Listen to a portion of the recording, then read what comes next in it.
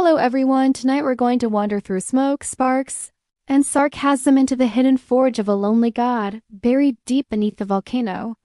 You're about to meet someone who limps, grumbles, invents robots thousands of years before Elon Musk, and once made a magical dinner guest because no one liked sitting next to him. That's right. This is the story of Hephaestus, Olympian blacksmith, rejected son, reluctant husband, and possibly ancient Greece's most underappreciated introvert. And fair warning, if you were dropped from the heavens, enslaved in your own marriage, and forced to build weapons for ungrateful gods, you might not survive a day in Hephaestus' sandals. Or bronze-like braces. So before you get comfortable, take a moment to like the video and subscribe, but only if you really like what I'm doing here. The ceiling is scorched black, smoke claws at your throat. And beside you, a bearded man with wild eyes limps around his workshop, muttering to himself and hammering molten metal with a rhythm that sounds suspiciously like passive-aggressive rage. And in the comments, tell me where you're listening from and what time it is there. Now turn off the lights, maybe turn on the fan for some soothing noise, and let's get started tonight. He just says, you can watch, but stay out of the way. I'm not rebuilding another apprentice.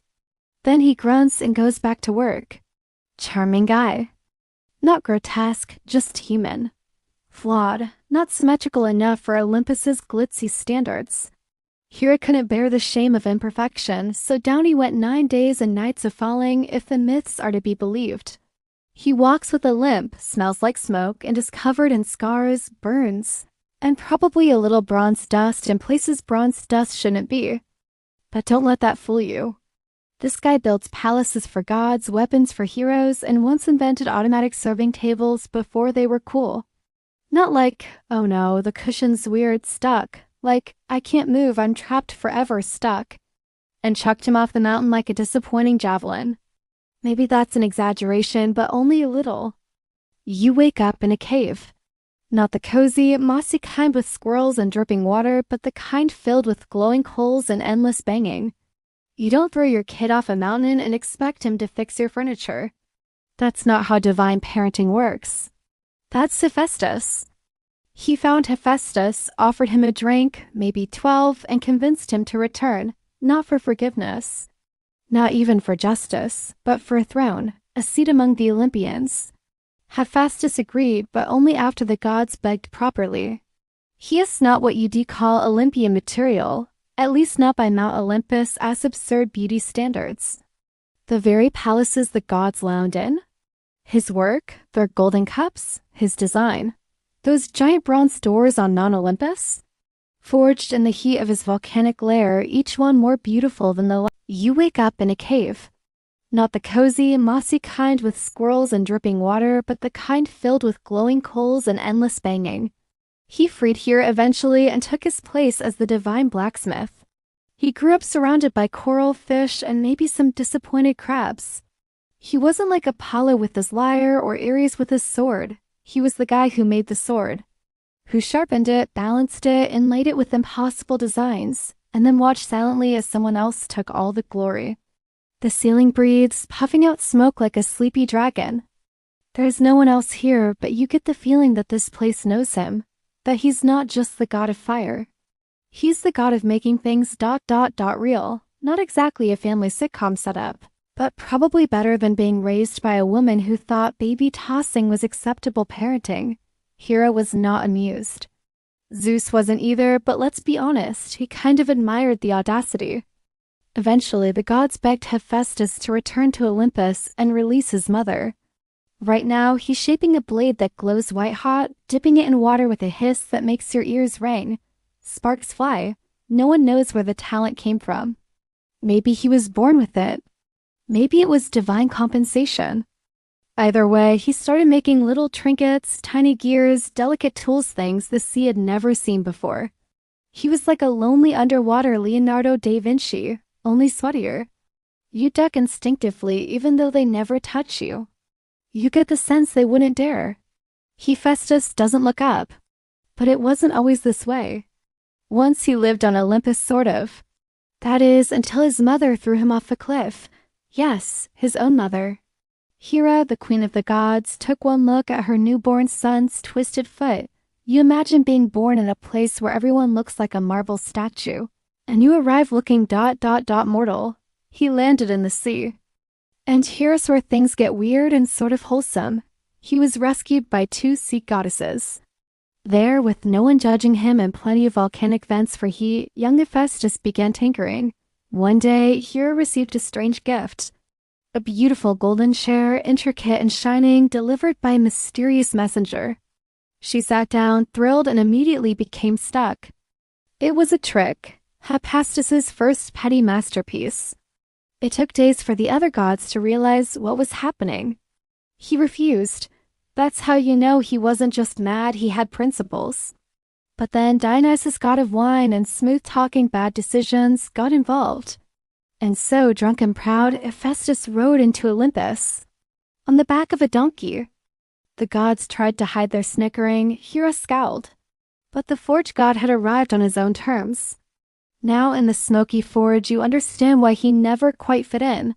He didn't just build weapons either, he built homes. And still, they looked at him like a service provider. You notice the walls of his forge move slightly, gears turning in the stone itself. In a world where everyone else plays with fate and prophecy, Hephaestus gets his hands dirty.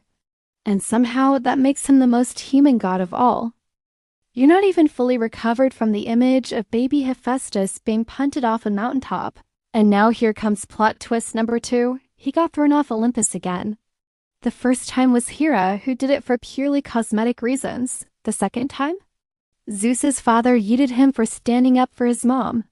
Which is awkward. Twice, by 2 different parents. That's right. Let's rewind a bit. He's a full-grown god with a volcanic chip on his shoulder, a golden throne, and a workshop that probably smells like melted pennies and cosmic injustice. But even as the god of fire, he's not exactly lighting up the social scene. It's giving very ancient soap opera. And while the rest of Olympus pretended not to notice, one god dared to object. So now Hephaestus is back on Olympus. Enter one celestial argument. One day, Zeus decides to hang Hera from the sky. Yes, hang her from the heavens. With golden chains. For being too mouthy, basically. Same basic technique. Grab god, swing god, toss god. Guess who? No cozy cave. This time, Hephaestus landed hard on the island of Lemnos. He set up a new forge there, one not in the clouds, but in the ground. No Olympian marble, just dirt and sweat and iron.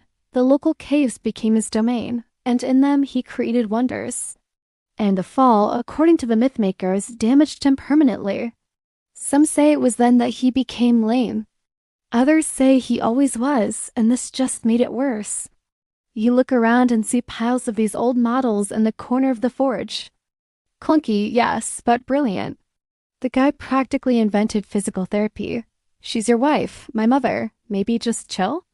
Hephaestus stood up and told Zeus, essentially, you can't do that.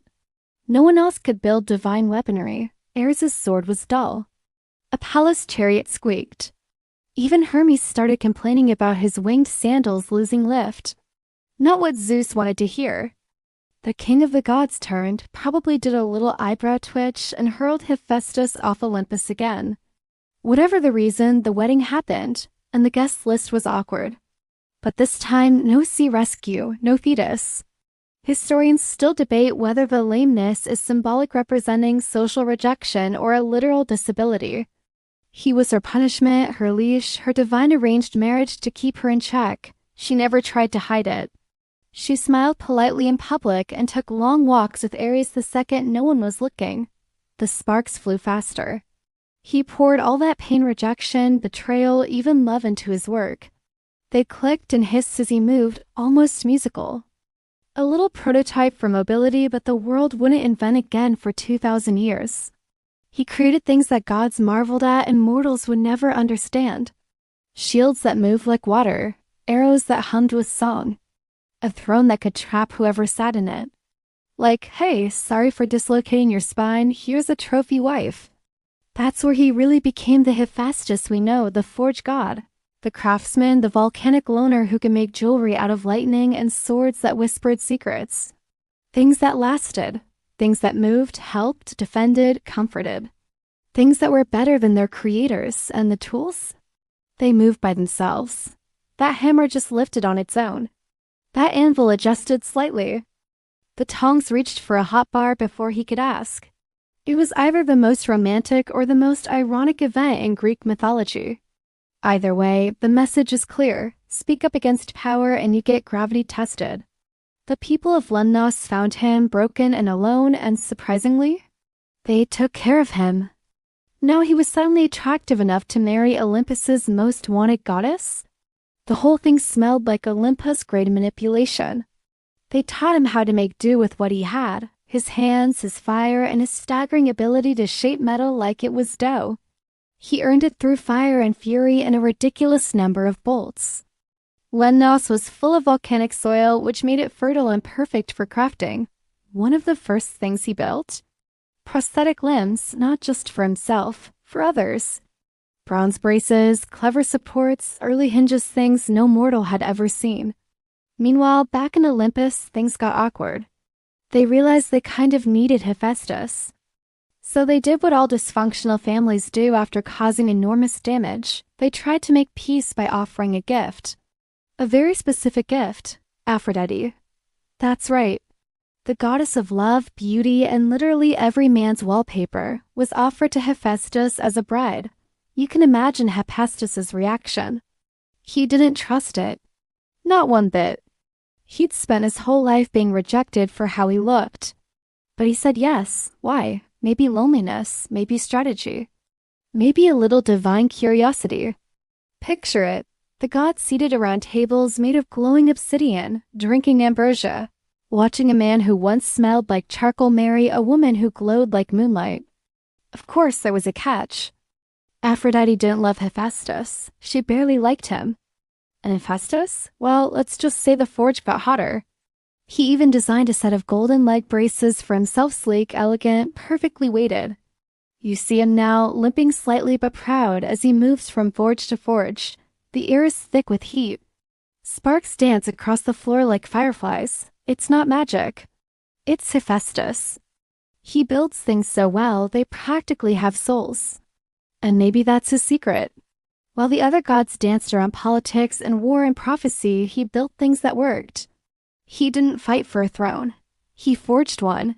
He didn't beg for respect. And still, the dinner invitations were awkward. You can almost hear him mutter as he shapes a blade. Beautiful people get the glory. Blacksmiths get the blisters. Still he works, and he waits. Because soon someone else will wrong him, and when they do, well, he's already designing the trap. You're standing near the forge again.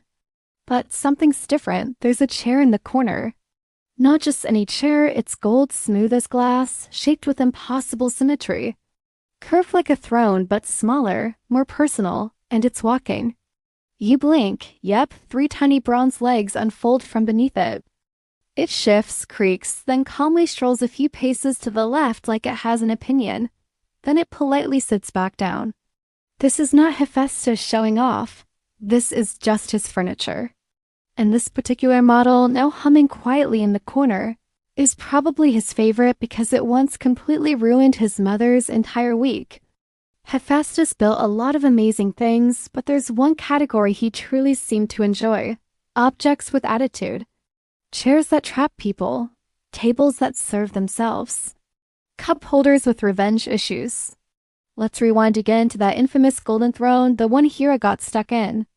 It was a classic trickster move.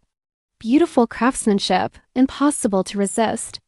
She sat down and quick springs snapped, arms locked, legs fused to the floor.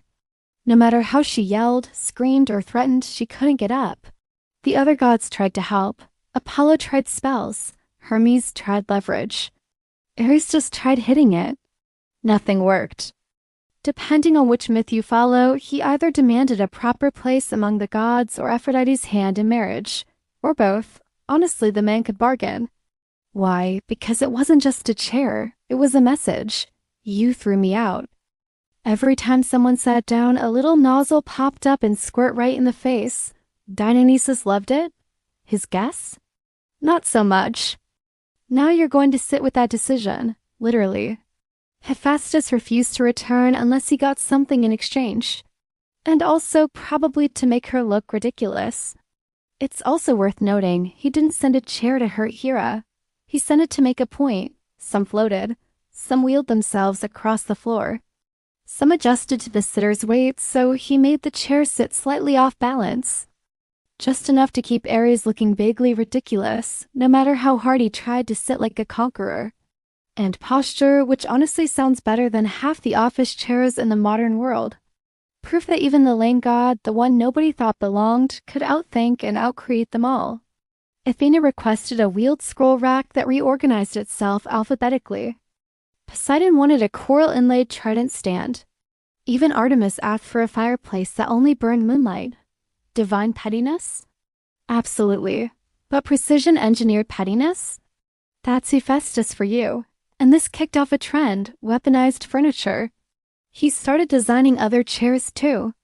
Not all traps, but definitely all enchanted. One story says he once built a chair for Dionysus that sprayed wine. Everything works without a team, but also without anyone to talk to. A hammer floats by, turns in the air thoughtfully, and settles near the anvil. Somewhere in the corner, a pair of tongs is folding napkins for no reason. You can't help but smile. But one thing's clear. Hephaestus dreamed of a world where things worked. Smoothly, reliably, without judgment. There were also footstools that warmed themselves, goblets that cooled wine instantly, and candle holders that followed people around like obedient pets. But his weirdest creation? A goat-legged chair. Notes scribbled in ancient Greek that read something like, add backup spring, or make arms shorter so Dionysus stops spilling. There's a faint scorch mark on his tunic. His beard is half singed, but his eyes gleam with focus. Yes, goat legs, fuzzy, realistic, hooves and all. It didn't walk, it pranced. It was meant for Ares. And when the world above was messy and hypocritical, down here he could at least build something honest, even if it had goat legs. Apparently, Hephaestus thought it would be hilarious if the god of war sat on something that looked like it belonged in a barn. Ares, famously insecure, threw the thing across Olympus. But Hephaestus had made 3 more. They multiplied. No one could stop them. And so began the golden age of divine trolling. But these weren't just practical jokes. They were proof. In time, other gods started asking for his work. They wanted enchanted furniture too. Hephaestus agreed, but with rules. No refunds, no returns. And definitely no sitting down until I say so. But the more he made, the more alone he seemed. You start to notice it here in the forge. The chairs are enchanted. The hammers move. The bellows pump air on their own. Hephaestus lives surrounded by motion, by artificial companions, by things that obeyed him completely. But not one of them could love him back. Not really. And so he kept crafting. Because crafting gave him control. It gave him order. There's a strange calmness in the forge now. Even in revenge, Hephaestus created beauty. Historians still debate whether these stories of moving chairs and living tools were meant to reflect real inventions, ancient memories of early automation, or simply metaphors for divine craftsmanship. And if they could serve wine while they were at it? Even better. The forge's walls pulse again, glowing faintly with orange heat. You notice etching schematics drawn into the stone. Plans for objects that never existed. You can tell this place has seen frustration, laughter, maybe even tears. Not that Hephaestus would ever admit it. He limps past you again, murmuring under his breath about bolt alignment and irresponsible chair-sitters. Because somewhere in his mind, he's already designing the next thing. And it might just have antlers. You're watching Hephaestus tinker with something odd on his workbench. It's not a sword, not armor, not even another goat-legged chair. It's a pair of legs. Just legs, golden, sleek, jointed like insect limbs, but smoother, almost beautiful. He picks one up, straps it around his thigh, and with a little hiss and click, it locks into place. He does the same with the other. Then he stands. And suddenly, he's taller, straighter, quieter. You barely hear his limp anymore. He built his own answer. And not just once, he improved them again and again. The earliest stories speak of golden braces or mechanical legs that helped him walk among the other gods, not dragged. Not limped, walked. These aren't decorations. These are assistive tech. Did it mean resilience, adaptation? Or was someone in ancient Greece already imagining a future of robotic limbs?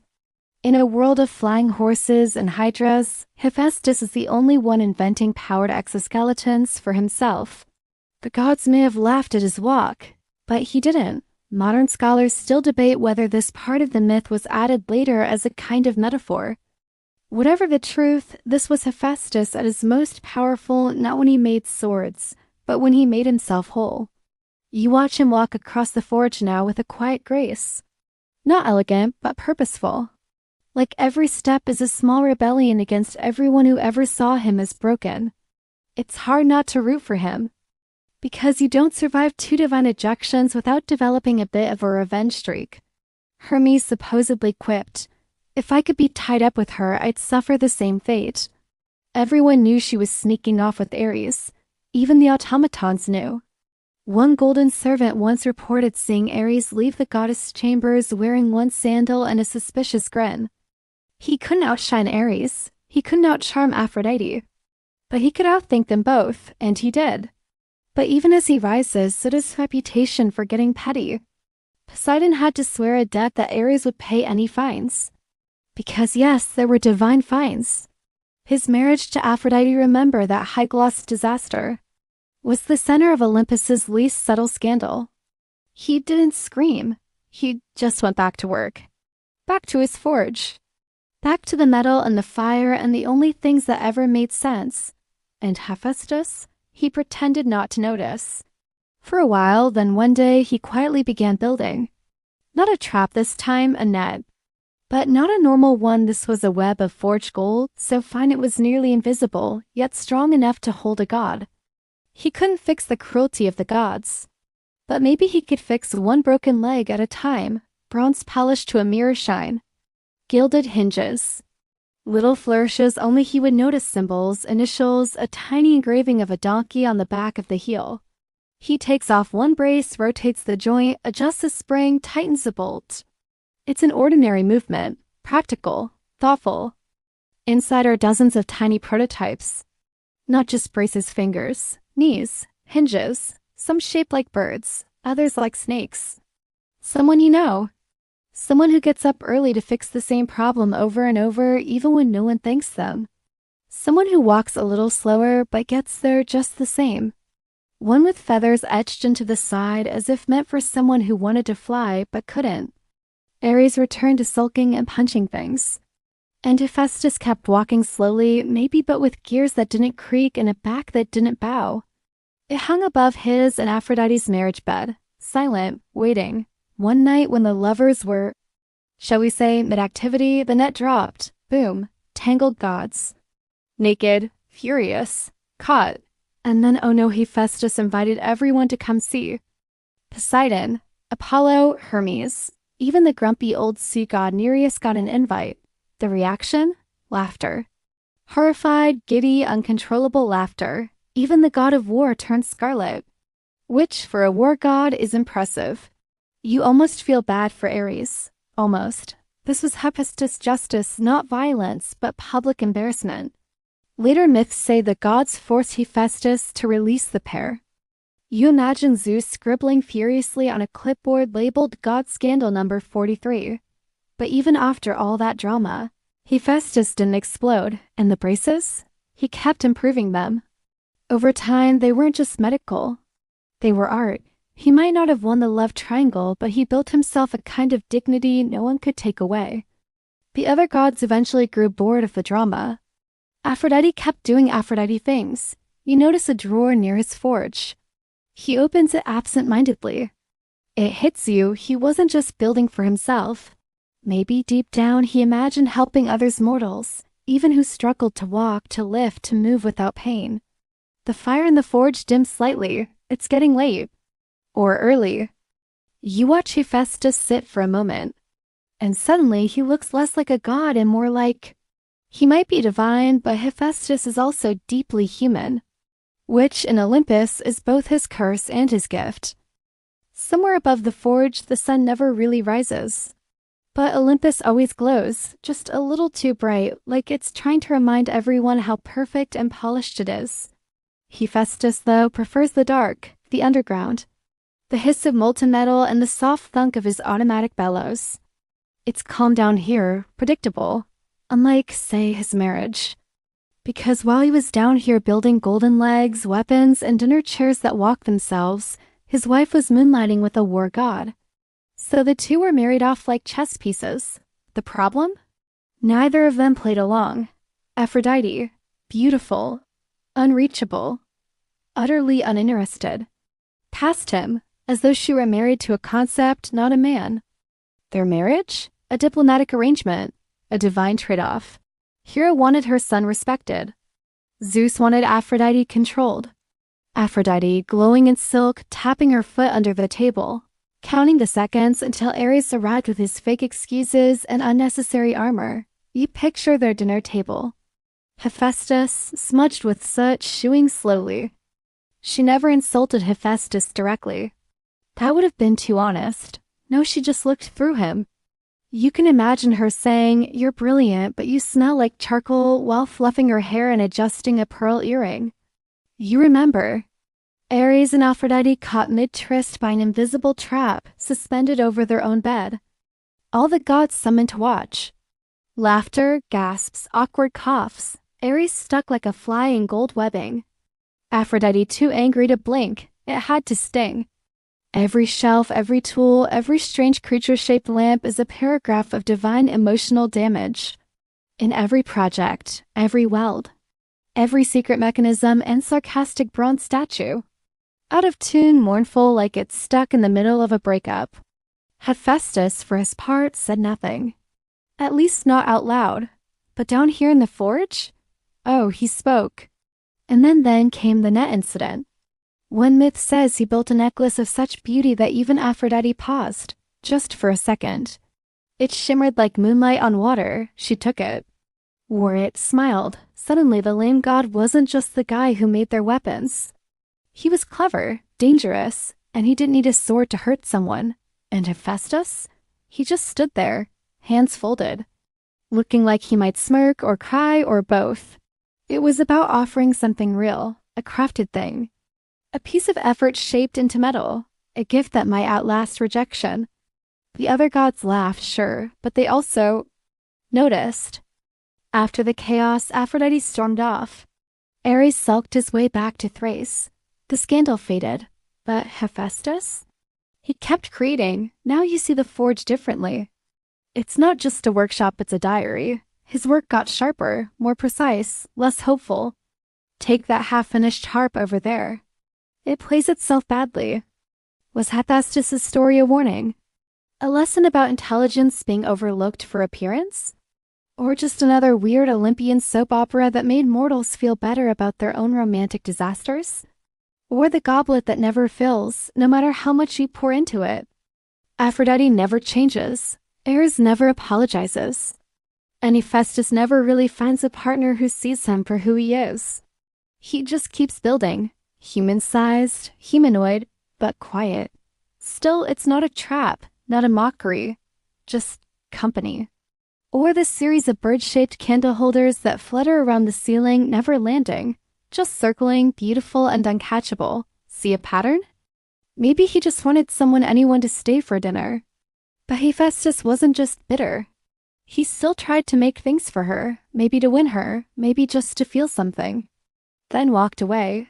Ouch. Still, he kept giving. Love to Hephaestus wasn't about poetry or flattery. You can imagine him whispering, "You don't have to love me, but I built this for you anyway." And in that, he's different from the other gods. Zeus tries to dominate love, Ares tries to win it, Apollo tries to charm it. Hephaestus? He tries to earn it. And that makes his failures feel more tragic. Even in myth, we don't get a happy ending here. Historians still debate whether Aphrodite was meant to represent unattainable beauty or simply the cruelty of divine matchmaking. Whichever version you believe, the result is the same. Hephaestus' forge grew hotter. Until one day he made something no one expected. Not a trap, not a tool, not a machine. But a dinner guest, more on that later. For now, you notice something else. In the far corner of the forge, behind a curtain of steam, sits a large bronze statue. A silent figure at the edge of his world. And suddenly you understand. Maybe Hephaestus didn't want revenge. Maybe he just wanted anyone to stay for dinner. You're still staring at that bronze figure in the corner. It hasn't moved, not even a twitch. And yet something about it hums with potential. The way it leans slightly forward like it's listening. The way its palms rest gently on its knees like it's waiting. Because long before Hephaestus built his mysterious bronze dinner guest, he was busy designing his pettiest invention yet. It's the kind of thing you'd find unnerving. If you weren't he already neck-deep in a volcano surrounded by chairs that walk and goblets that refill themselves. But tonight we're rewinding again. It all started with the bed. Aphrodite's bed, to be exact. You already know the rough version of this tale. Ares sneaks in.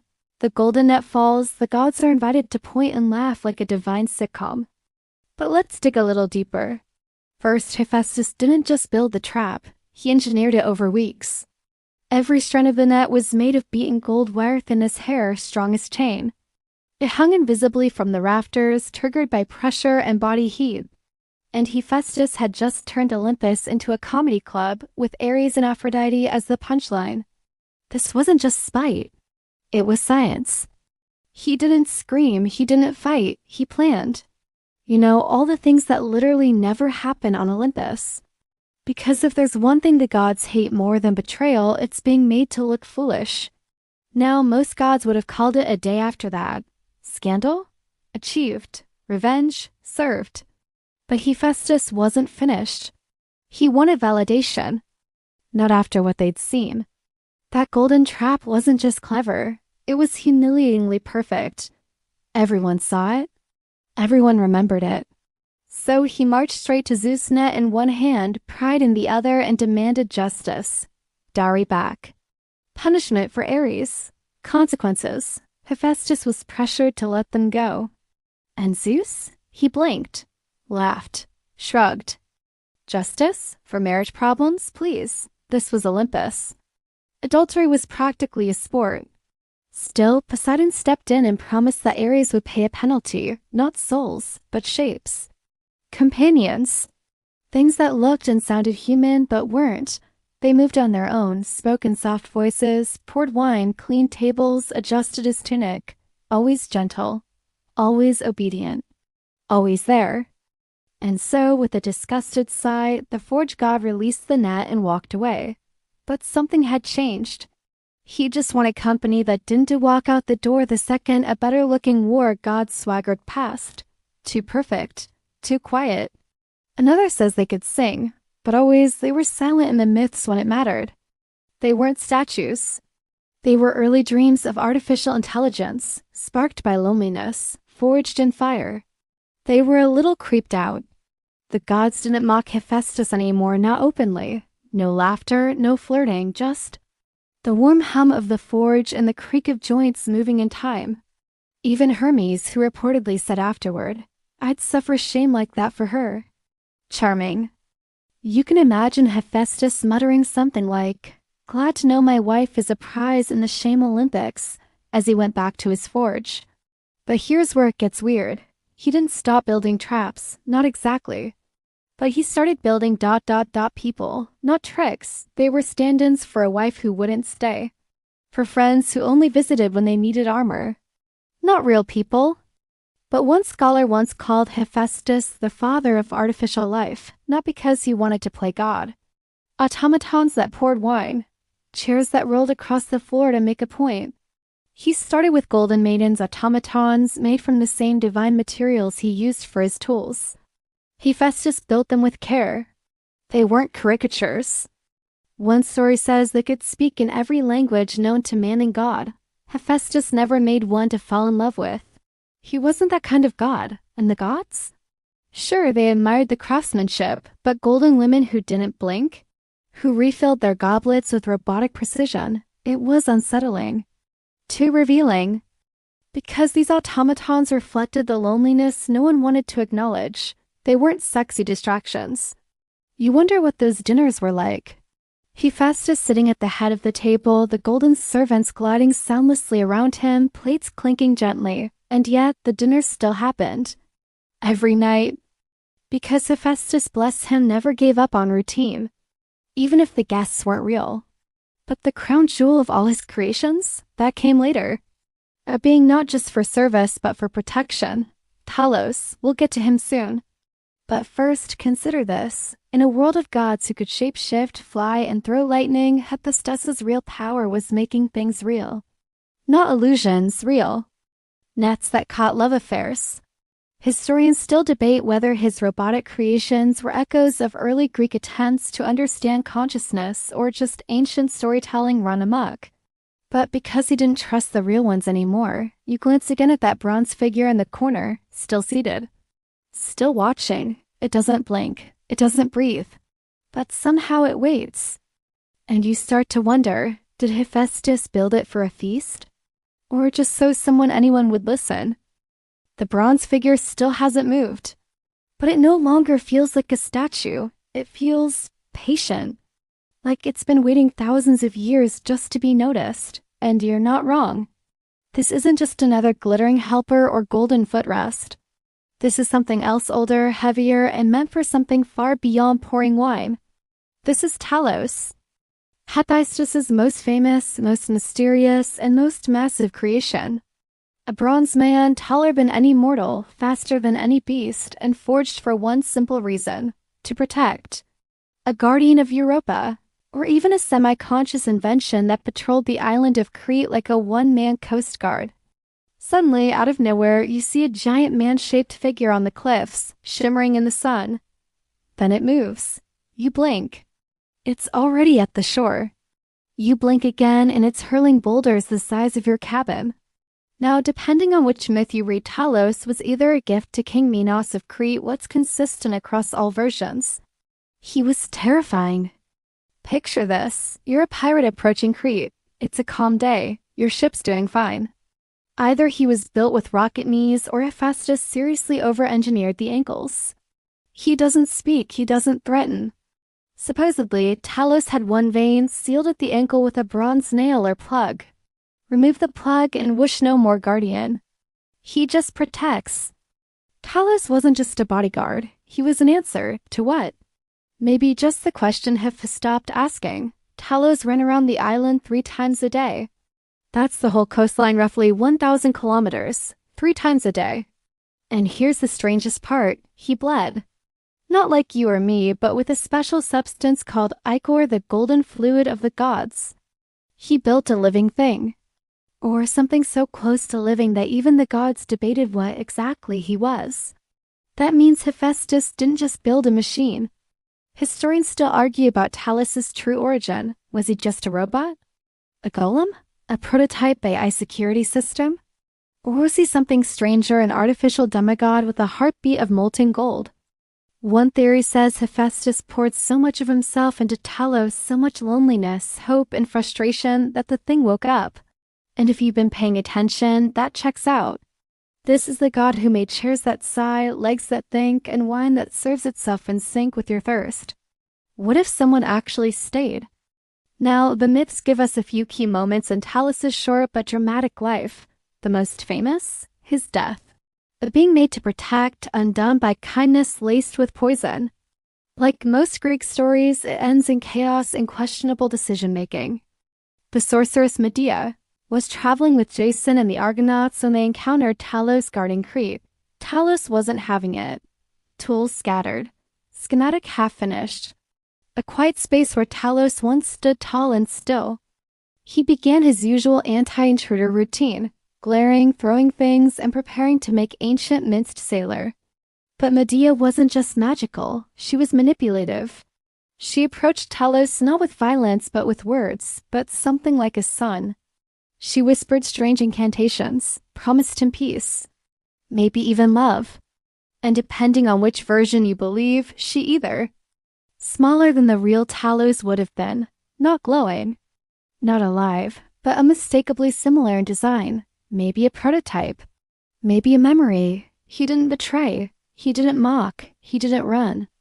convinced him he was mortal and made him pull out his own ankle plug in a moment of existential confusion, cast a spell that corroded his bronze and cracked the plug. But a lock, reinforced, etched with runes. Classic, or straight up hypnotized him and yanked it herself. Either way, plug out, Ichor out, Talos down. He collapsed on the shore, golden lifeblood pouring into the sea. You can imagine Hephaestus finding out. Maybe he stood in his forge staring at an empty bench. And maybe for just a moment he dropped his hammer. Because Talos was his. Not just a tool, not just to construct. Hephaestus didn't get the loving family arc. He didn't get the faithful spouse. But he did get Talos, even if only for a while, and Talos worked. Until Medea showed up with her silver tongue and ruined everything. You glance again at the bronze figure here in the forge, or maybe Hephaestus built a second one he never finished. And if you look closely at its ankle, you'll see something strange, not a plug, because maybe, just maybe, he learned. Maybe the next Talos would never fall. There's a strange stillness in the forge now, as if even the tools are remembering. You glance back toward the figure in the shadows, the half-sized Talos, or maybe just his ghost in metal. The locked ankle glints faintly in the heat, and for a second it feels like it's watching you.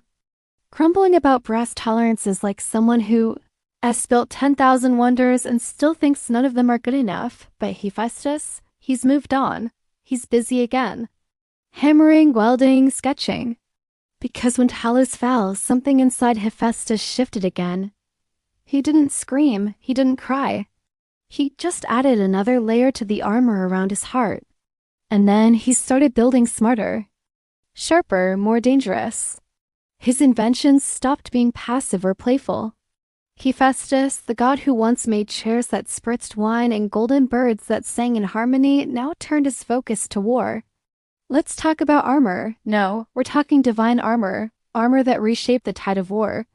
Armor that made kings into legends.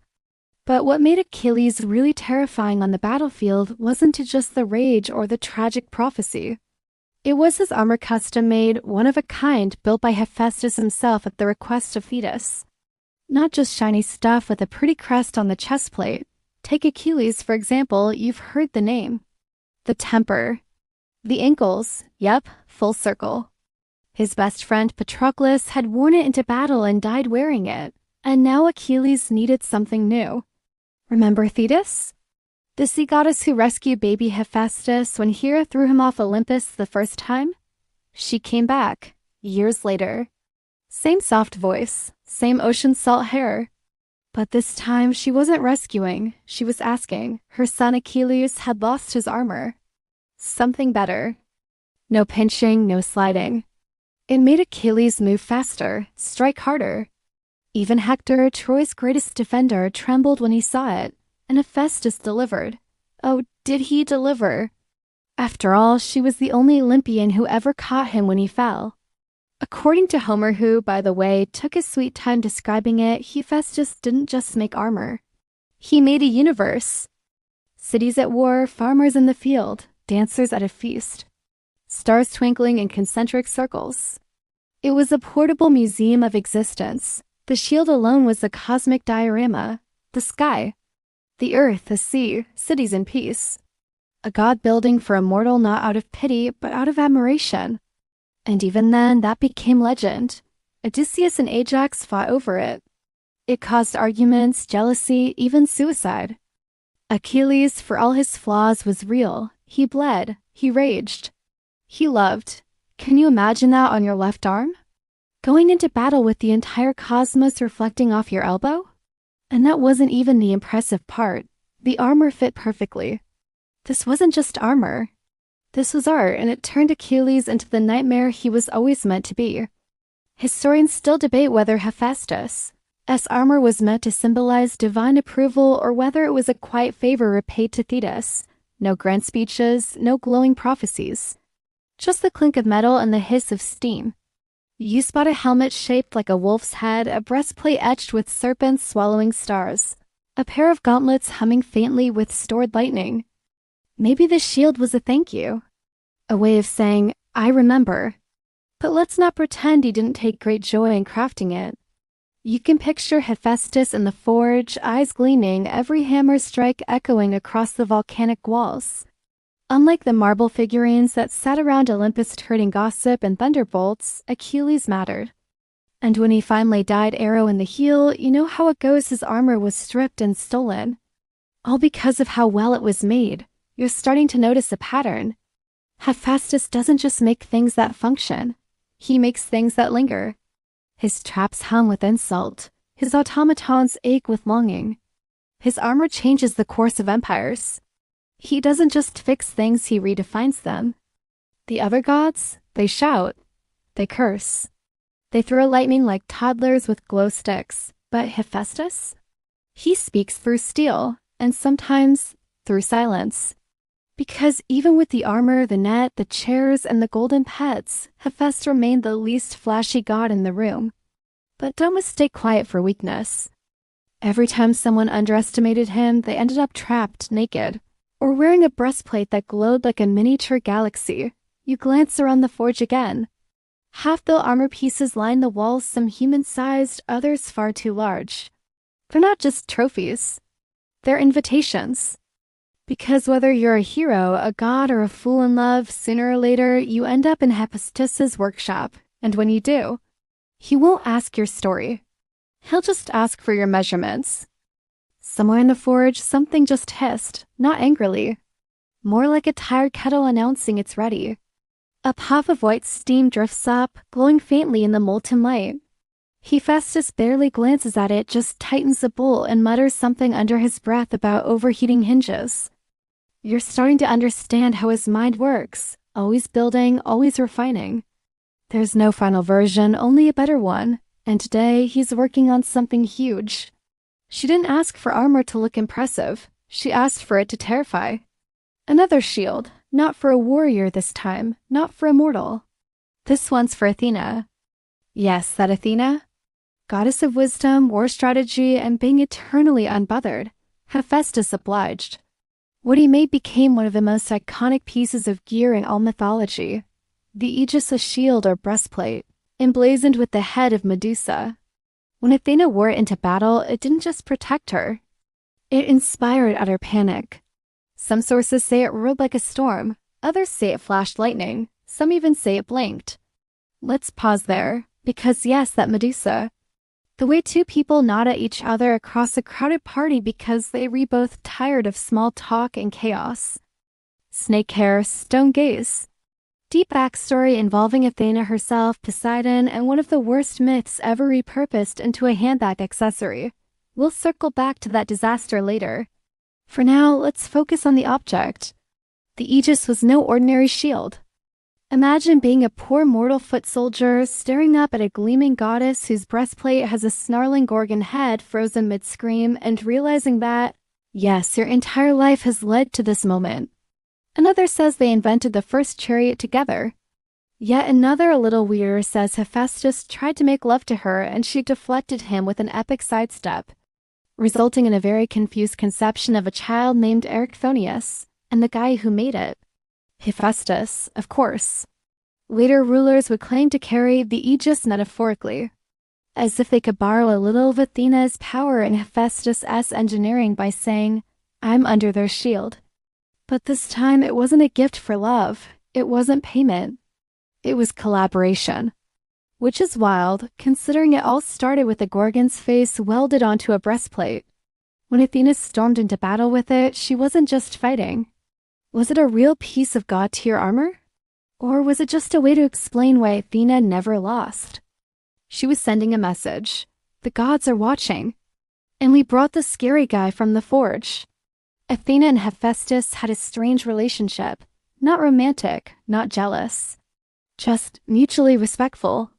Athena loved logic, order, strategy. Hephaestus loved function, precision, craftsmanship. They both hated drama. And liked owls. So naturally, they worked well together. But he remembers everything, every curve of armor, every measurement, every god who asked for something impossible and walked away holding it like it was their birthright. In fact, one myth even claims that Athena raised Hephaestus' first workshop up from the depths of the earth. Ancient Greece, where a failed divine pickup line leads directly to founding cities. There's a draft of Achilles' helmet with notations in the margin. You even spot what looks like the blueprints for a chariot that steers itself, but let's not get distracted. We're talking about the Aegis. This shield wasn't just scary, it was political. It also became a symbol of divine protection, wrath, and judgment. Even today, the word survives. Under the Aegis of still means under someone's protection or guidance. Historians still debate whether the Aegis was meant to be a literal object, a poetic metaphor, or some combination of both. Either way, we know who forged it. And it wasn't flashy old Zeus. It wasn't Ares with his swords and shouting. It was Hephaestus. And that matters. Because again and again, this quiet god who limped when he walked and sweated when he worked made the things that gave other gods their power. You start to wonder who really runs Olympus. The guy throwing lightning from a recliner? Or the one who built the recliner with springs strong enough to survive centuries of temper tantrums? Look around the forge and it's obvious. Athena's shield rests here in miniature practice version, maybe. This isn't a workshop, it's a vault of myth. Hephaestus doesn't brag about what he's made, but the forge remembers. And so does he. The forge glows steadily now. No explosions, no chaos, just that reliable hum, the deep breathing of molten metal. And Hephaestus? Still at it. Sparks flying off his anvil and lazy arcs, like he's lulling even the fire to sleep. He's not forging war gear this time. He's crafting something smaller, more delicate. A set of earrings, maybe. A brooch shaped like a seashell. A comb with tiny horses galloping across the teeth. Not everything he made was for blood and glory. In fact, some of his best work went to people the myths barely name. Because sometimes a Hephaestus wasn't building for heroes or gods. Mortals were fragile, brief, loud, always praying for things they didn't understand. He was building for mortals. You wouldn't expect that. Most gods couldn't care less about humans, but Hephaestus, he saw them. Maybe because he was half exiled from Olympus himself. Maybe because he knew what it was like to be laughed at, left behind, dismissed. So when mortals begged the gods for rain, fertility, luck, or beauty, Hephaestus made tools, things they could actually use. There is a whisper of a myth almost forgotten about how he once forged farming equipment for a starving village. Hephaestus never corrected them. Plows that never dulled. Scythes that sharpened themselves under moonlight. Nobody wrote an epic about it. No one painted a fresco, but for that village, it was survival. Another legend says he secretly repaired a broken aqueduct in Corinth, not with magic, but with better engineering. The townspeople thought it was a miracle. Another said they knew when to serve and when to vanish. Honestly, they sound smarter than half the pantheon. He just liked fixing things. Either way, they showed up. In the background, working, always quiet. And perhaps the strangest example of all? The automated tripods. You're gonna love this one. Hephaestus once built self-walking tables. Yes, walking tables. Imagine you're at a feast with the gods. You drop your fork. Not a warrior, not a queen. Just someone who wrote beautifully. Instead of reaching, the table itself politely shuffles forward to hand it back. Want more wine? The table brings it. Want dessert? The table scoots toward the ambrosia platter. These weren't just fancy carts. They were fully autonomous servers. Three-legged machines of bronze and silver able to walk in and out of Olympus's dining halls without bumping into each other. The ultimate blend of divine absurdity and modern convenience. Not a magical stool, just a really well-aimed stool. It hit Zeus squarely in the chest. No damage, obviously he's Zeus, but the message was received. One Greek poet described them as tripods with golden wheels. Historians still debate whether these were allegories, metaphors for divine service, or the mythological prototype for the robot butler. Like Hephaestus himself.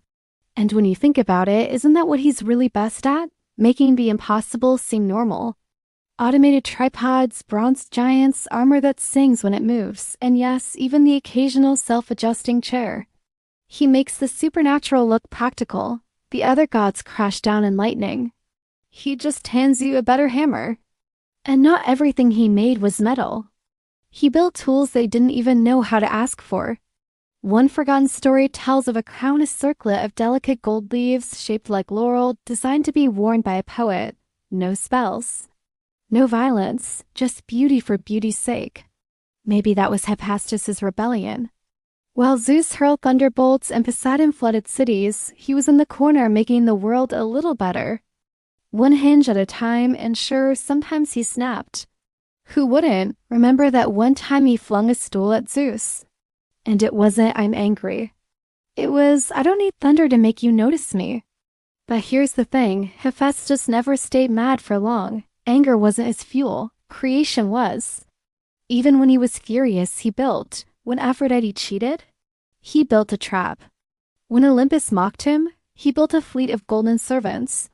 When mortals cried for help, and when no one came to dinner, he built a guest out of bronze.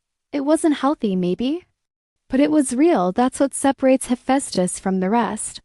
He never faked anything. Even the things he gave away for free: an axe to a hunter, a compass to a sailor, a self-oiling hinge to a tired old man trying to repair his front door, meant something. Not because he needed praise, because he knew what it was like to need something and be ignored. So when you walk through his forge, you don't see piles of glory. You see a quiet, stubborn kind of love. The love of someone who doesn't shout it, doesn't sing it, doesn't put it in a sonnet, but builds it and leaves it on your doorstep. You hear it before you see it, a low grinding whir, almost like a cat's purr but made entirely of bronze. Somewhere near the far end of the forge, a small mechanical dog rolls past on little padded wheels, tail wagging like a metronome. Hephaestus just snorts and waves it away. "Not now," he mumbles. "Too many loose screws."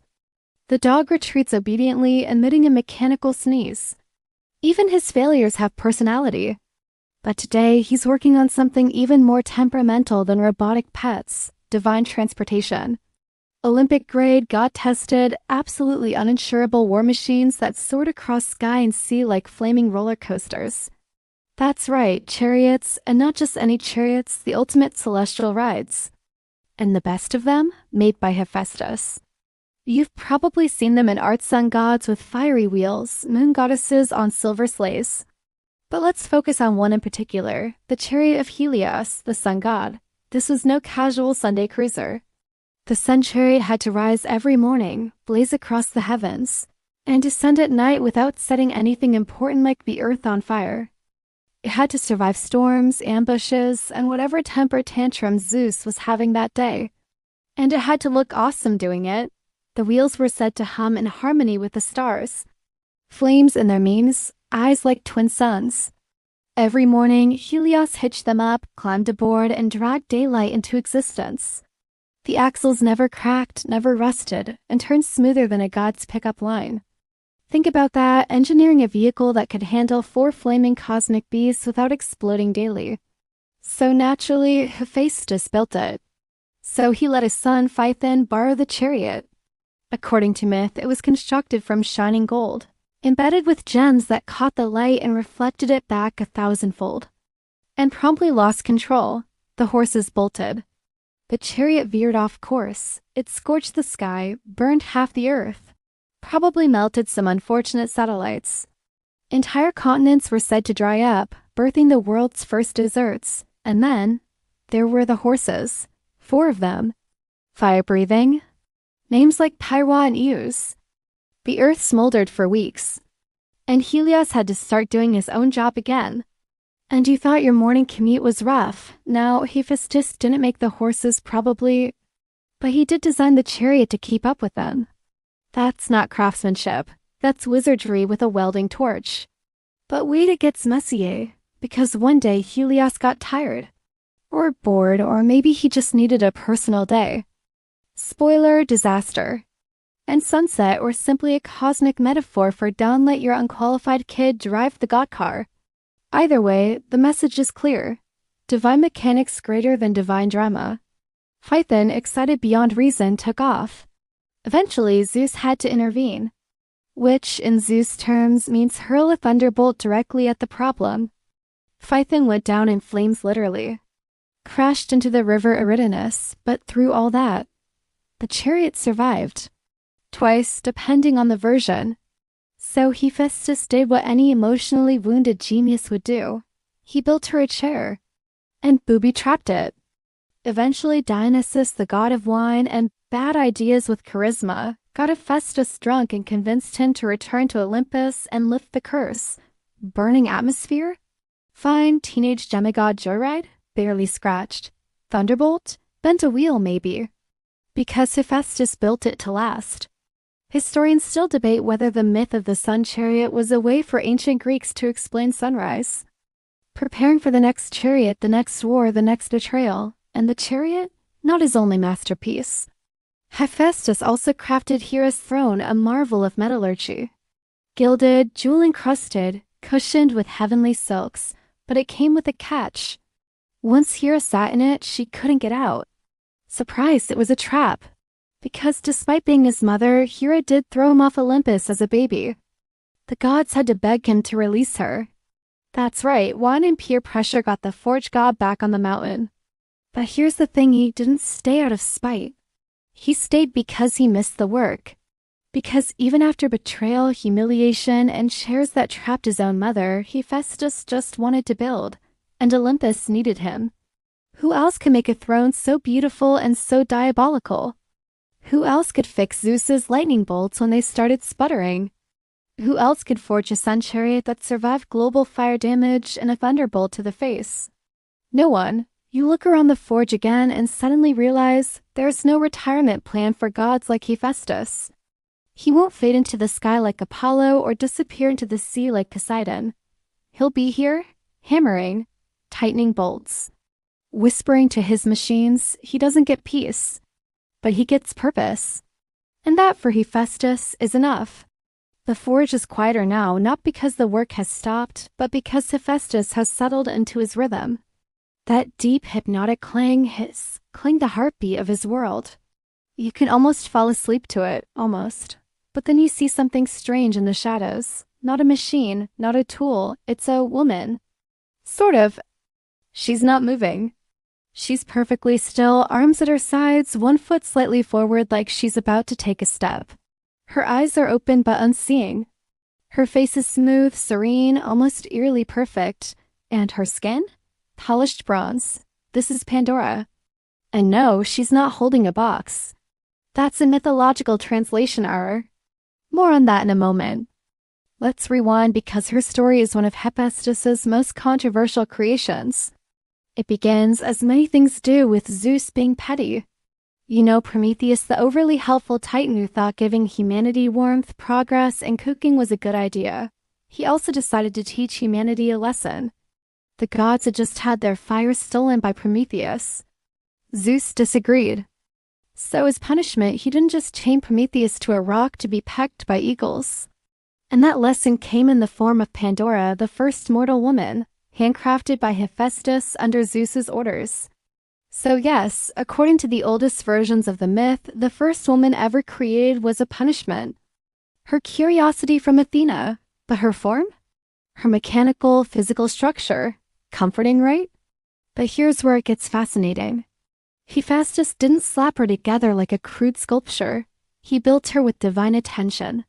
Her voice was shaped by Hermes. Her beauty came from Aphrodite. All Hephaestus. She was made from clay or maybe bronze depending on which poet you ask. But either way, she wasn't born, she was forged. Somewhere along the centuries, the Greek word was mistranslated. And now we picture opening a jewelry box of doom. You can imagine Hephaestus frowning slightly while shaping her wrist, adjusting the angle of her jaw, trying to decide how lifelike she should be. Disease, envy, greed, war, taxes, whatever you like. Because even though it was Zeus's idea, even though it came from a place of cosmic spite, Hephaestus never did anything halfway. And when she was done, she wasn't terrifying. She wasn't monstrous. She was beautiful, innocent, polished to perfection. Now, here's the twist. What most people think of as Pandora's box wasn't a box at all. It was a jar, a large clay vessel known as a pithos. The contents? All the evils of the world. And what did she do? Or was it cruelly locked away, denied to us when we needed it most? She opened it because she was curious, not evil. Not rebellious, just curious. You've probably done worse clicking on late-night YouTube recommendations. The delicate curve of her fingers. The way she stands so still, almost like she's listening. And once the jar was opened, the evils flew out and spread across the earth. But at the bottom of the jar, one thing remained. Was she just a pawn in Zeus's cruel joke or something more? Hope. Historians still debate whether Pandora trapping hope was a blessing or a curse. Was hope meant to stay behind to comfort humanity? Poets and philosophers have argued both sides for centuries. But either way, the jar didn't just contain misery. She's described as gifted. That's what her name means, all gifted. She was a compilation of divine traits. She was the first woman, not the worst. Just like the dinner guest in the corner of the forge. A being who opened something forbidden not out of defiance, but out of wonder. It also contained the possibility of light. And that makes you wonder, did Hephaestus know? As he shaped her lips and painted her eyes, did he suspect that this beautiful statue woman would become the vessel for something bigger?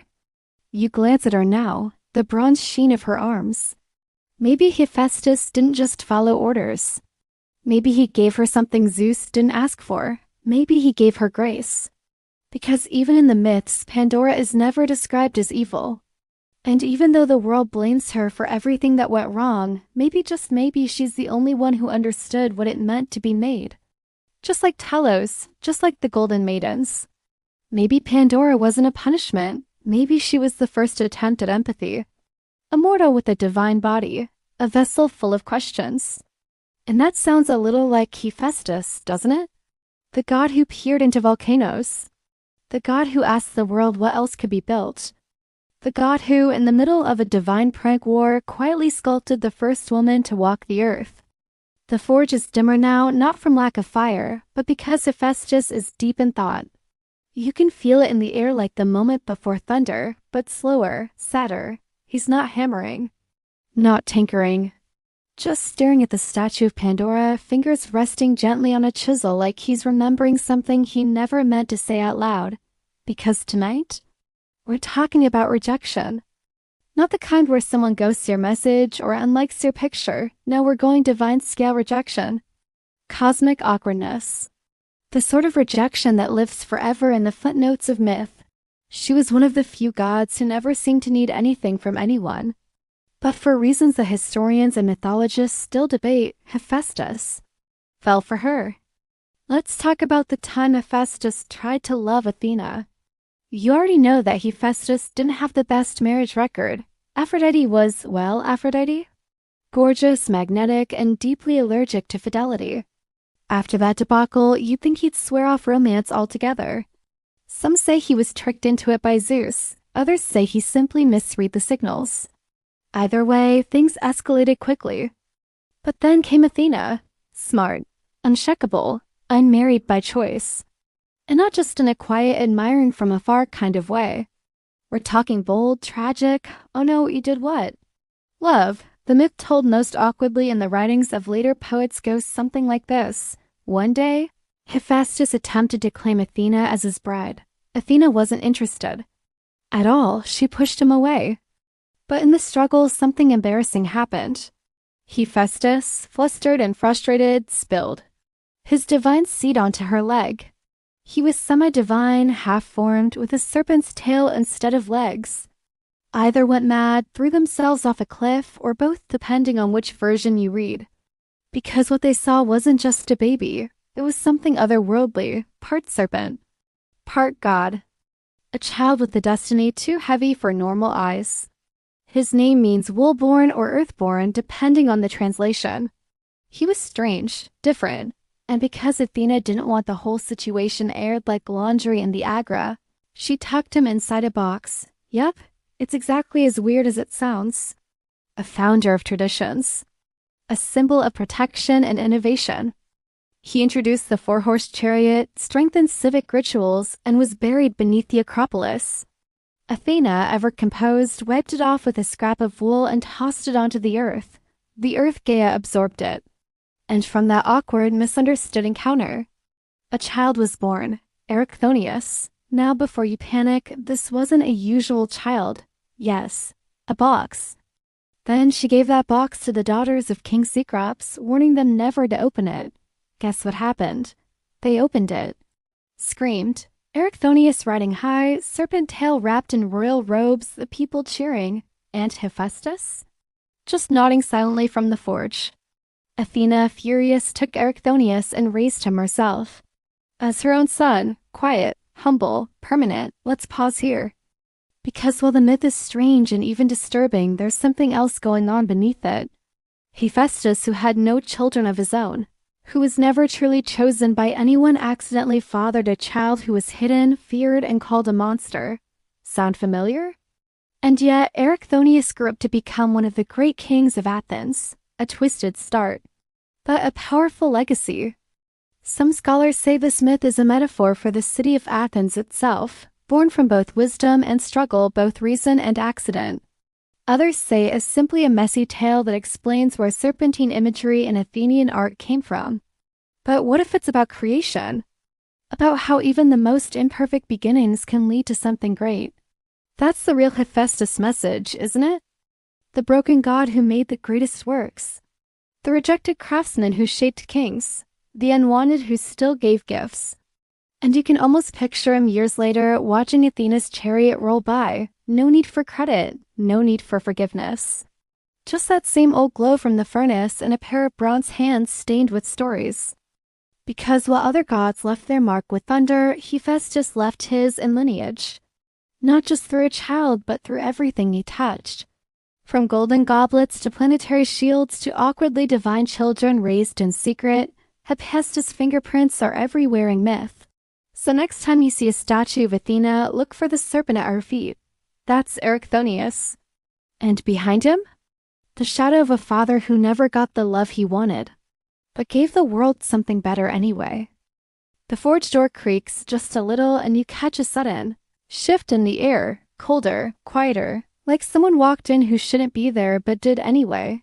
And then you hear her voice. Light, musical, dangerous in the way honey can drown you. Aphrodite. Of course she would show up eventually.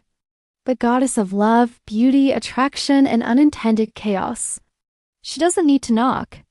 She doesn't need to announce herself. The temperature just rises, the light gets soft, and suddenly the entire forge feels like it's waiting to be noticed. And Hephaestus? He doesn't look up, because he knows better. Their marriage, if you can call it that, was the kind of cosmic mismatch you expect from a reality show titled Divine Mistakes, Olympus Edition. And as a reward, or maybe a bribe to keep him from booby-trapping any more furniture, Zeus gave him Aphrodite. Let's rewind a bit. She floated through clouds. He lived in a cave. After he trapped Hera in that golden throne, remember? The one she couldn't escape from Hephaestus was finally welcomed back to Olympus. That's right, gave her, like a consolation prize. Or a particularly attractive coffee machine. And from day one, it was doomed. She was radiant, flirty, social. He was quiet, practical, often covered in soot. They had nothing in common. Except maybe one thing, they were both made into symbols by other people. Aphrodite reduced to a pretty face. Hephaestus reduced to a pair of calloused hands.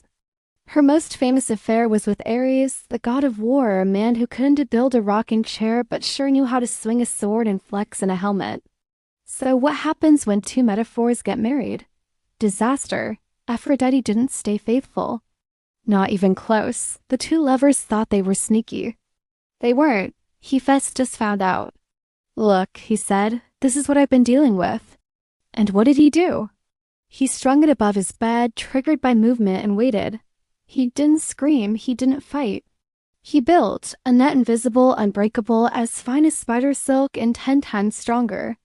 And sure enough, one day while he was away, Aphrodite and Ares climbed into bed, and the net came down. Trapped, tangled, embarrassed. Some say it reflects how ancient Greeks viewed love passion as chaos, marriage as political. Hephaestus summoned the entire pantheon to witness it. It should have been a power move. Instead, the gods laughed. Apollo made snide comments.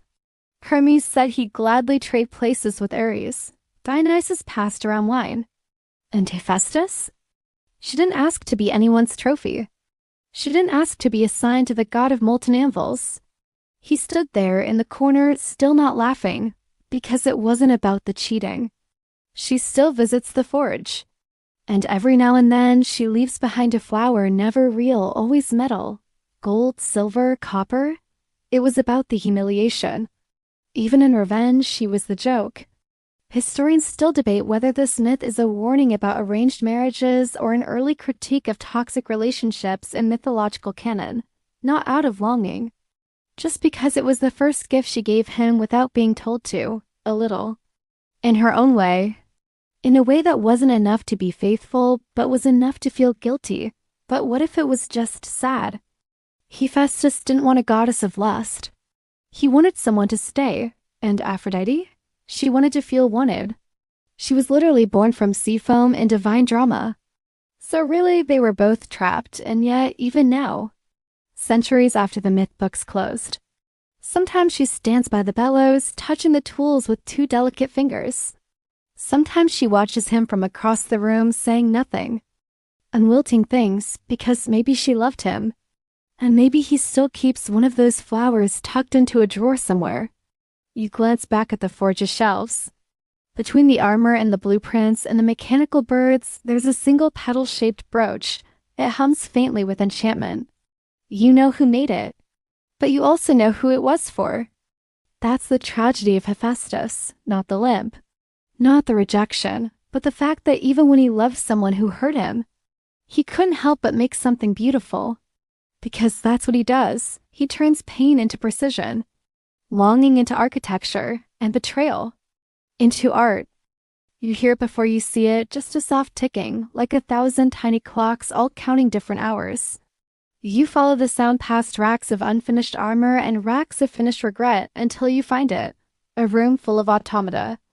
One is trimming a hedge with shears made of obsidian indoors. Mechanical beings, clockwork creatures. Bronze humanoids with crystal eyes and articulated fingers. Most are standing silently, some blink. This is the legacy of Hephaestus that almost no one talks about. Not his armor, not his traps. But his living machines. These weren't just toys. They weren't decorations. They were early attempts at something bigger. Something more dangerous. And more lonely. Not metaphorically. Literally, they carried tools, adjusted bellows, poured molten metal. They even had personalities. Take the Chore Crissae, the Golden Maidens.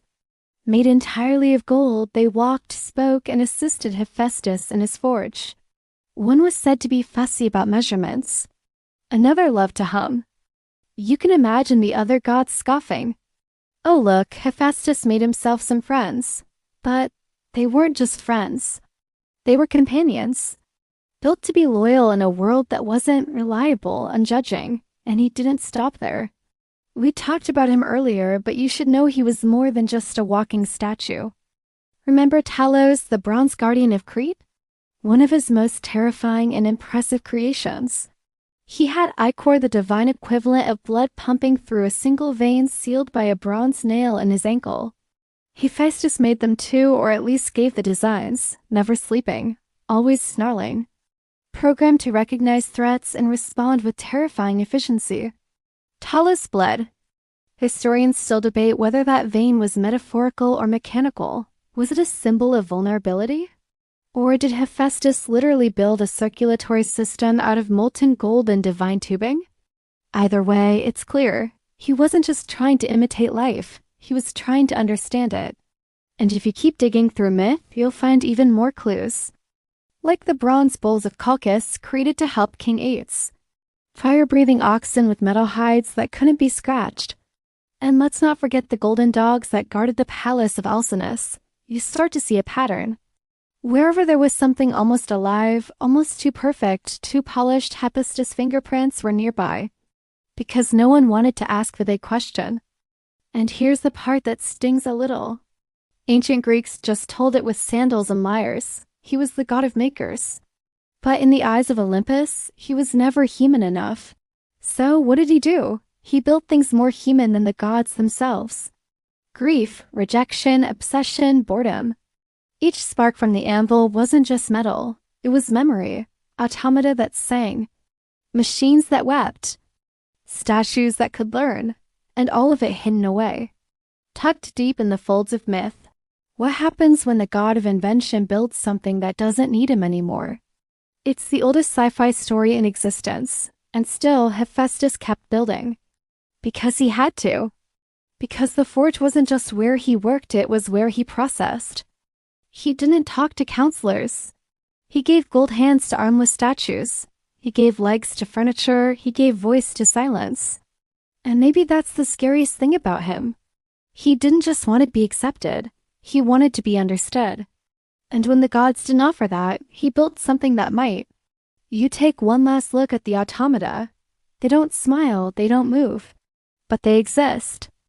And that, in the forge of Hephaestus, is a kind of love. The deeper you go into Hephaestus's forge, the more it stops feeling like a workshop and starts feeling like a museum. Not the polished, roped-off kind, but the kind that smells of smoke and memory. Each item on the shelf hums with unfinished business. Everything has a story. But tucked in the back behind a cabinet of broken springs and a drawer labeled maybe cursed, you find something different. A helmet, plain, scuffed, heavy-looking, not like the flashy ones worn by gods or painted onto pottery. This one was functional, and it belonged to Achilles. Yes, that Achilles. Silky, brilliant, rage-prone, nigh invulnerable Greek hero with a flair for drama and a truly disastrous heel. But before he became a legend, before the fall of Troy, before the heel thing became a meme, he was just a young man preparing for war. And Hephaestus, well, he got involved. Because when Achilles' friend Patroclus was killed in battle wearing his armor, Achilles was inconsolable, broken, grief-stricken, and armorless. So his mother, Thetis, a sea goddess, went straight to the forge. She begged Hephaestus to make her son new armor. Not just armor, legendary armor. And what Hephaestus made wasn't just protective, it was poetic. Let's talk about the shield. Known as the Shield of Achilles, this was no ordinary buckler. It was a cosmic mural cast in bronze. Hephaestus didn't just hammer it into shape. Homer spends over 100 lines in the Iliad detailing it, describing not just the shield itself, but what it represents. He etched the entire universe onto it. Stars, cities, dancing children, laws, lovers, crops, war, peace, a whole world, orbiting beneath Achilles' arm. Historians still marvel at the description. It was less a weapon and more a philosophical mic drop. Here's your armor, Achilles. But also here's everything worth fighting for, and everything you'll destroy. That's the genius of Hephaestus. He didn't just forge metal, he forged meaning. And he gave it freely, even to a mortal with a temper like a cracked volcano, untarnished, of course. Achilles put the armor on, returned to battle, and turned the tide of the Trojan War briefly. We all know what happens next. Achilles kills Hector. Then Achilles gets killed depending on the version by Paris or a poisoned arrow or hubris, but the armor that lives on. Passed from warrior to warrior. Fought over, worshipped, eventually melted down or lost to time. But in myth, it stays perfect. Because it wasn't he just forged, it was crafted by the hands of a god who understood both wrath and sorrow. There's something beautiful about that, isn't there? But a divine blacksmith, so often overlooked, made the most poetic artifact in the entire war saga. While kings shouted and soldiers bled, Hephaestus stood in the back of the stage and built the scene. Maybe all three, maybe none. But one thing's certain, when everyone else saw a hero, Hephaestus saw a boy in pain. And yet, you can't help but wonder, did he know what would happen? He gave Achilles the tools to destroy, and also the imagery to reflect. Was the shield a gift, or a warning? Historians still debate whether Hephaestus admired Achilles, pitied him, or simply respected the grief that fueled him. And so he gave him the most complicated thing he could make. Not vengeance, but perspective. You walk away from the helmet on the shelf and feel its weight still pressing behind your eyes. Because Hephaestus didn't just arm warriors. He reminded them they were human. And that sometimes is the heaviest shield of all. Smoke curls from the ceiling now, not from overwork, but from something deliberate. A slow-burning incense, cedar, and myrrh winding through the forge like a lazy ghost. Hephaestus doesn't even look up as it swirls around him. He knows who's coming. You feel the atmosphere shift again. It's not Aphrodite this time. It's someone older, colder, wrapped in shadows that whisper instead of shimmer. Brother of Zeus and Poseidon, but with less thunder and trident waving and more. Skeletal eye contact. Hades. Yeah, that Hades, god of the underworld, keeper of souls. He's not exactly a frequent guest on Olympus, but when he visits the forge, it's for business, because even the god of death needs tools. No glowing skulls or swirling smoke. It looks like a simple piece of armor. Specifically, a helmet. You may know it as the Helm of Darkness, or sometimes the Cap of Invisibility. It's not flashy, but when Hades wears it, he disappears, not metaphorically. Not, you can't see me because I'm standing in the shadows. Literally vanishes. Sight, sound, presence gone. A god removed from the senses of the world.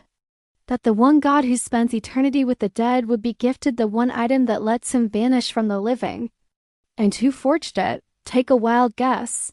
Yes, Hephaestus. Because even death needs a craftsman. There's something poetic about it. And there's something even more poetic about who made it.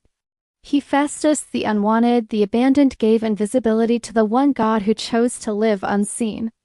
He brings requests, schematics, old bones. Hephaestus doesn't ask where the material came from, not the kind for prisoners. These were metaphysical, abstract, meant to hold the souls of liars, sinners, oath-breakers, others. Claim they dissolve and reform with every unkept promise. They understood each other. From that corner right over there where the metal still smells faintly of grave dirt and bitter ink. Not friends, necessarily, but mutuals. The kind who nod across a crowded divine conference and don't need to say a word. Speak your heart and it's swung wide. Or if it was a literal mechanism deep in the underworld. Either way, it says something powerful. Hades doesn't bring wine to the forge. He just melts it down. Together, they've worked on more than just the helm. There's a legend half-whispered that Hades once commissioned chains from Hephaestus. Chains that didn't weigh on the body, but on the spirit. Nobody knows where those chains are now. Some say they wrap around Tartarus itself. But they came from here, from this forge. And that's not even the weirdest commission. One myth tells of Hephaestus designing a lock for Hades that could only be opened with the truth. Speak a lie and the door stayed shut. Forges, forms to fill out.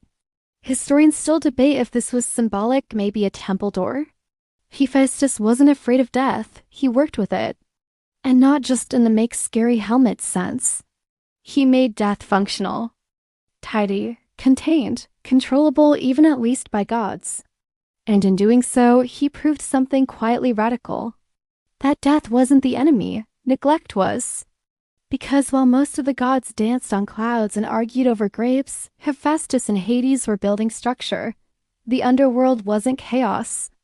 It had rules, gates, all designed in part by the god of fire and failure. And in some strange way, that makes Hephaestus a part of the afterlife. A background architect to every mythological exit interview. And maybe that's why, here in the forge, you occasionally hear footsteps when no one's arrived. Maybe that's why the tools sometimes move on their own. Maybe the dead remember him. And come back not for vengeance, but for gratitude. After all, who else but Hephaestus would care enough to make death something you could walk through without fear? Who else would build a key that only opens when you're honest? Who else would look into the eyes of the god of the dead and say, yeah, I'll help you make it better, and then go back to work? Because to Hephaestus, nothing is too broken. Not a throne, not a shield, not even the boundary between life and what comes after. Just another project. Just another spark. It's late now, whatever late means in a place without sun.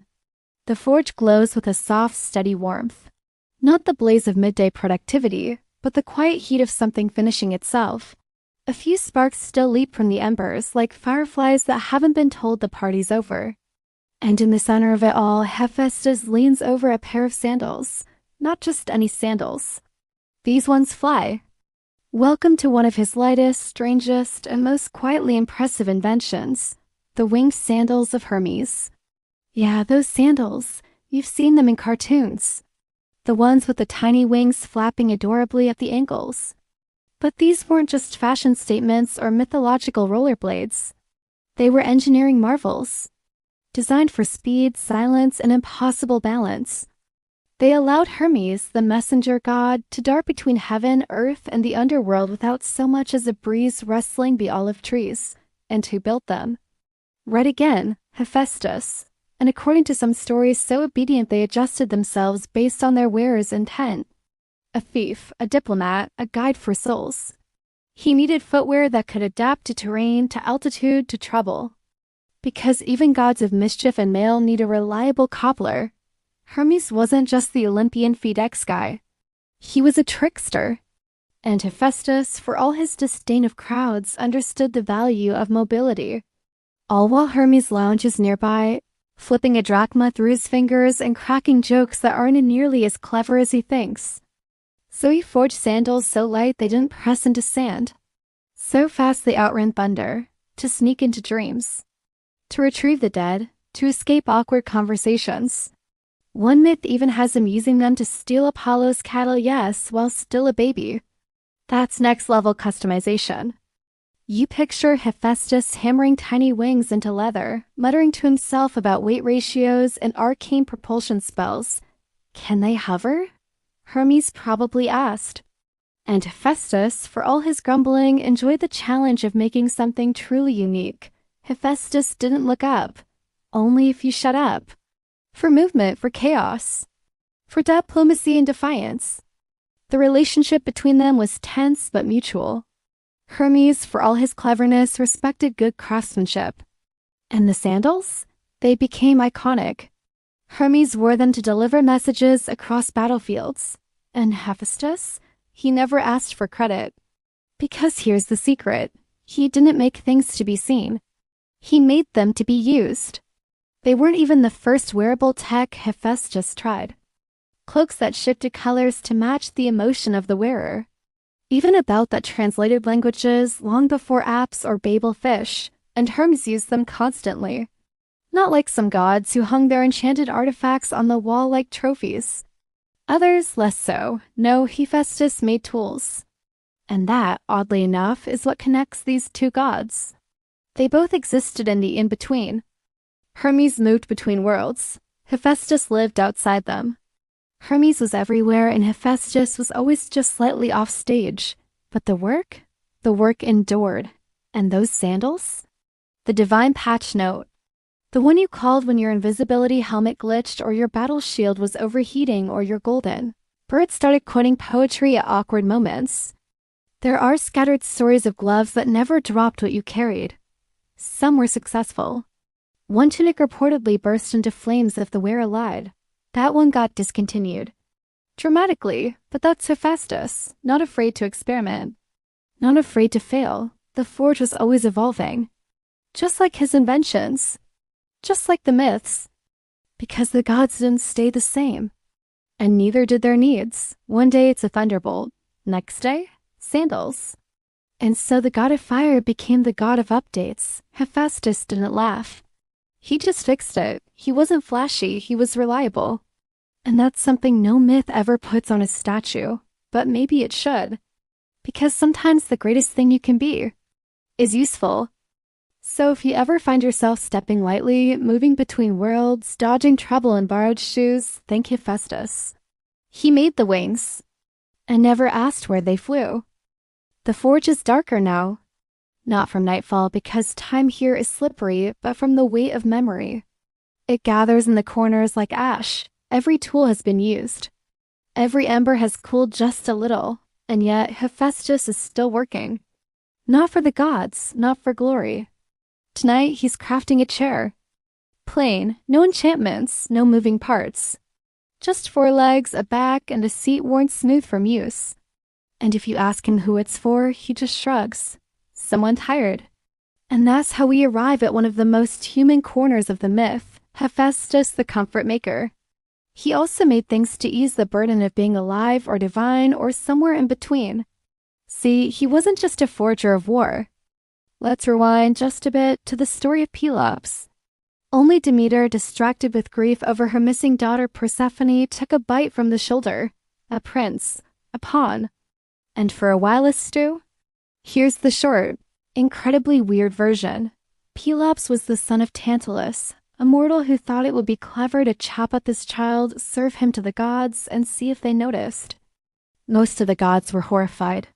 They pushed their plates away. He crafted a shoulder of ivory, smooth and flawless, stronger than bone, cool to the touch. One of the earliest recorded prosthetics in mythology. Once they realized what had happened, the gods acted fast. They resurrected Pelops, mostly, but now he had a missing shoulder. Enter Hephaestus. But he never lacked a shoulder. Bed frames for the elderly gods who couldn't sleep well on clouds anymore. Even toilets, yes, celestial commodes for divine beings who finally admitted their digestion wasn't entirely metaphorical. He didn't just mold a replacement. But Hephaestus? He built the in-between. Historians still debate whether the ivory shoulder was symbolic, maybe a sign of royal otherness, or if it was simply Hephaestus doing what he does best, fixing what others broke. Either way, it was functional. Pelops went on to have a long, dramatic life full of chariot races, curses, and questionable decisions. Because Hephaestus had given him one. And that wasn't the only time he turned pain into practicality. There are whispers that he made walking supports for wounded soldiers, nothing too small, nothing beneath him. He understood that sometimes the best thing you can give someone is a place to just collapse, because the world didn't just need armor. It needed rest. It needed tools for living. And that's something the other gods never really understood. Zeus built laws, Athena built cities. Poseidon built earthquakes. The bench where Hera would sit after arguing with her children. The walking staff Dionysus leaned on when the wine wore off. The latch that kept the pantry closed after Hermes stole all the olives again. Little things, quiet things. And maybe that's why he made so many chairs. The gods rarely sat. They stood tall, posed, postured. But Hephaestus? Think about that. The god who was thrown from heaven and limped his way back didn't seek revenge. He made chairs. Sturdy, balanced, no judgment. Maybe that's the most divine thing he ever did. Not crafting golden warriors or enchanted shields, but saying, "Here, sit down. You've had enough today." And in that chair, maybe someone finally breathed. Maybe they stopped fighting for a moment. Maybe they said thank you. Or maybe they said nothing at all. Which, in the forge of Hephaestus, is the highest compliment. Because silence means it works. By now, your eyes are adjusting to the gloom of the forge. It's not darkness, really just the soft amber haze of coals burning low. The world here feels like it's been turned down to a simmer. There's no wind, no music. Just the slow clink of metal cooling and the occasional sigh from a bellows that's been working for centuries. Hephaestus is quiet too, not asleep. Just remembering. Because tonight his hands are shaping jewelry. That's right. Not weapons, not armor, not automata with glowing eyes. He's working on a necklace, a simple one. Silver filigree, delicate as breath. The kind of thing you'd never guess came from the same hands that built thunderbolts. But that's Hephaestus. For every warhammer, there's a wedding ring. And if you trace the stories back far enough, you'll find one piece of his jewelry that changed the course of everything. The necklace of Harmonia. It was a wedding gift. Elegant, shimmering, said to be imbued with divine beauty. When Harmonia, daughter of Ares and Aphrodite, married the mortal Cadmus, the man who founded Thebes, Hephaestus, gifted her this necklace. Depending on the source, he made it himself, or he cursed it himself. Or both. You see, Hephaestus never forgot Aphrodite's betrayal. And Harmonia? Well, she was the daughter of that betrayal. So maybe the necklace was an olive branch. Death, madness, transformation into serpents. The necklace passed through generations like a whisper of doom. Or maybe it was revenge tied neatly with a golden clasp. What happened next? Disaster. Every woman who wore the necklace afterward met with tragedy. Even Jocasta, the doomed queen who married her own son Oedipus, wore it. Talk about a cursed accessory. Historians still debate whether Hephaestus actually cursed the necklace or whether it was just a mythological metaphor for generational trauma wrapped in shiny packaging. But what if it was both? Because Hephaestus knew something the other gods often ignored. Beauty is never harmless. Even when he was angry, even when he was hurting, his instinct was to create. A dagger with jewels on the hilt still cuts. A necklace, no matter how elegant, can carry weight heavier than bronze, and yet he still made it beautiful because he couldn't help himself. But the burn marks on his arms don't disqualify him from making things delicate.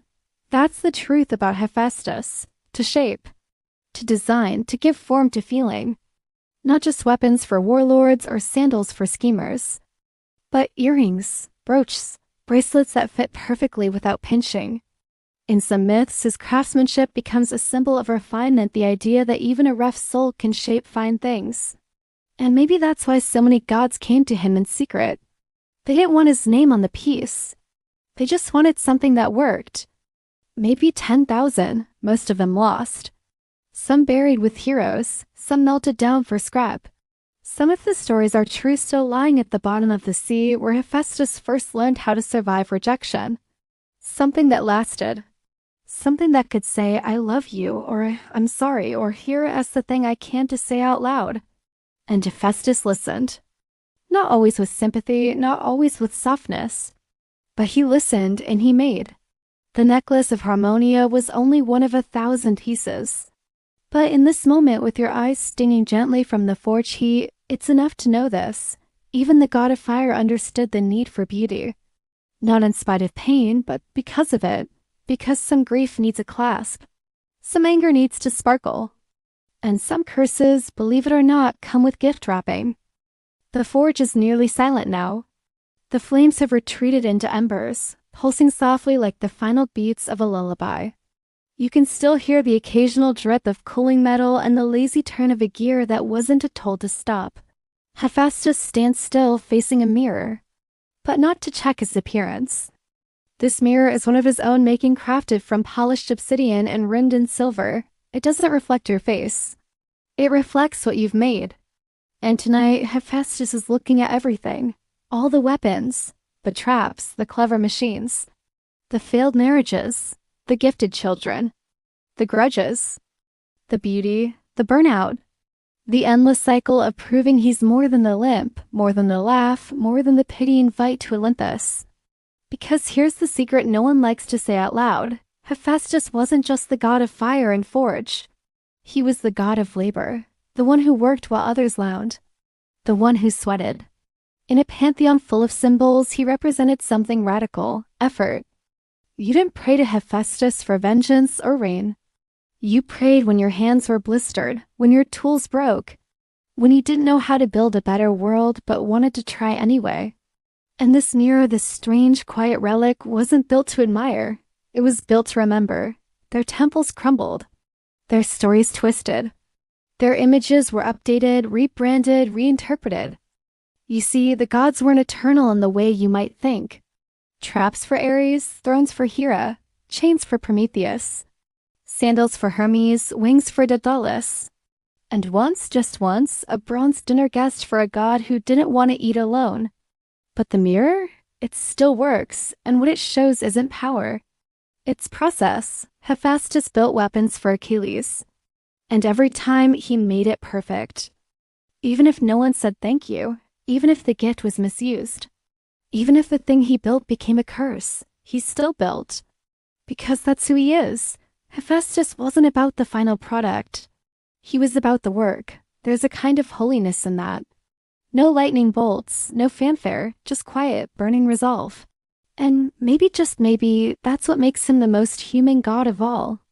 Because let's face it, you've been there too, haven't you?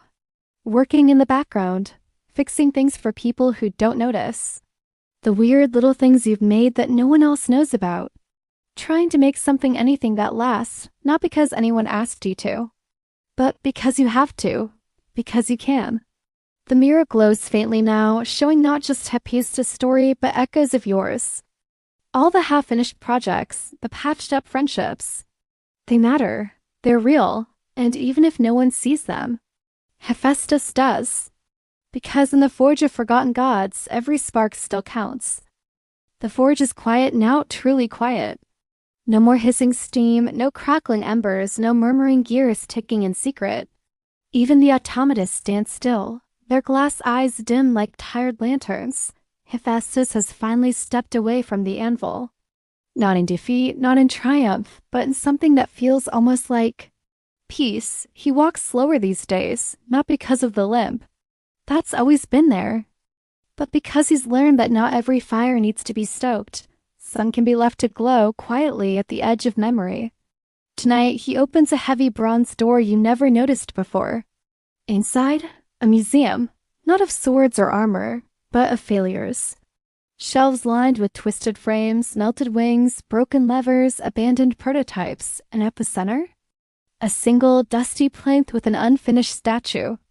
One leg longer than the other, one arm bent awkwardly. The face, blank. It was meant to be a self-portrait. He never finished it. Why? He didn't want to be remembered as a shape. Maybe because the gods didn't want to see what imperfection looked like up close. Or maybe Hephaestus never wanted to be captured in marble. He wanted to be remembered as a spark, a process. A flame that flickered, failed, reignited, and kept building. Historians still debate whether the Forge of Hephaestus was meant to symbolize progress, punishment, or persistence. But standing here, you realize something far more powerful. It was his refuge. His sanctuary. A place where the broken parts of the world and of himself could be melted down, reforged, and maybe come out stronger. Or maybe just different, not perfect, but functional. Hephaestus didn't believe in flawless. He believed in usable. And that belief quiet, unglamorous, stubborn spread through every nail, every hinge, every enchanted object the myths ever forgot to thank him for. Hephaestus built the parts of the world no one else wanted to think about: bridges, locks, hinges, gates, and when the gods broke things, cities, promises, each other, he didn't judge. He just opened the forge and started again.